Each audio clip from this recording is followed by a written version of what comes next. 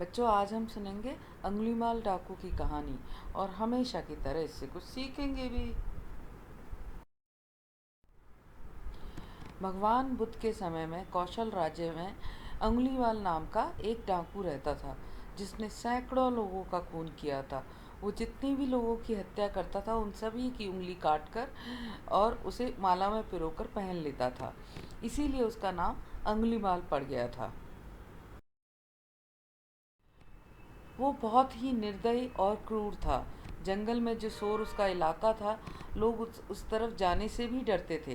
राजा ने कई बार उसे पकड़ने के लिए अपनी सेना भेजी, मगर हर बार वो लोग असफल रहे उसे पकड़ने में। भगवान बुद्ध ने अपने ज्ञान से यह अनुभव किया कि अंगुलीमाल के मन में कहीं दया व करुणा की भावना सोई हुई है, बस उसे जगाने की आवश्यकता है।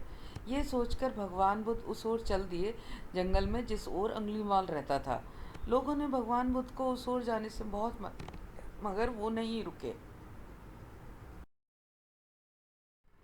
अंगुलीमाल भगवान बुद्ध को अपनी ओर आता देख अपनी तलवार लेकर दौड़ा, मगर भगवान बुद्ध अपनी स्वाभाविक गति से चलते रहे।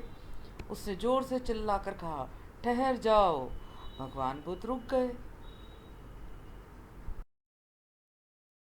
जब अंगुलीमाल भगवान बुद्ध के पास आया तो उन्होंने कहा, मैं तो ठहर गया, मगर तू कब ठहरेगा? तू भी पाप करने से रुक जा। इसीलिए मैं यहाँ आया हूँ कि तू भी सत्य के पथ का अनुगामी बन जाए। तेरे अंदर पुण्य मरा नहीं है। यदि तू इसे अवसर देगा तो तुम्हारी काया पलट हो जाएगी।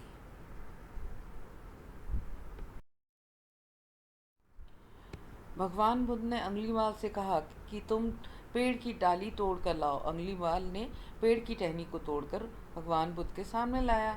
भगवान बुद्ध ने उससे कहा कि जाओ इसे अब वापस जोड़ दो। अंगुलीमाल ने कहा, यह कैसे संभव है, यह मैं नहीं कर सकता। भगवान बुद्ध ने अंगुलीमाल से कहा, जब तुम किसी चीज़ को जोड़ नहीं सकते तो उसे तुम्हें तोड़ने का भी कोई हक नहीं है।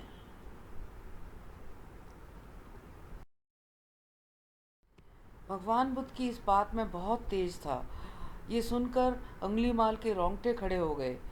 उस पर भगवान बुद्ध के वचनों का बहुत ही अच्छा प्रभाव पड़ गया। वो शीतल हो गया, मतलब उसका मन बिल्कुल शांत हो गया। वो भगवान बुद्ध के चरणों में गिरकर माफ़ी की गुहार करने लगा। पहली बार किसी ने उससे इतने प्रेम भाव से बात की थी। अंगुलीमाल ने कहा, मुझे माफ़ करके अपना अनुयायी बना लीजिए। मैं इस अनुशासन को स्वीकार करने को तैयार हूँ। उसने उंगलियों उंगलियों की माला तोड़कर दूर फेंक दी और भगवान बुद्ध के चरणों में गिर गया। वो उसी समय भिक्षु हो गया और कुछ समय के बाद उसे अरहत पद भी प्राप्त हो गया। वो भी भगवान बुद्ध के साथ सत्य के मार्ग पर चल पड़ा।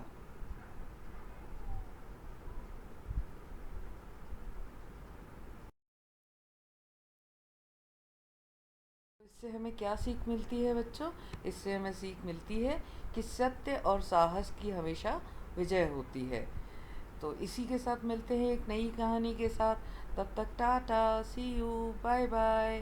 But before that, do not forget to subscribe, like and comment for more stories. See ya.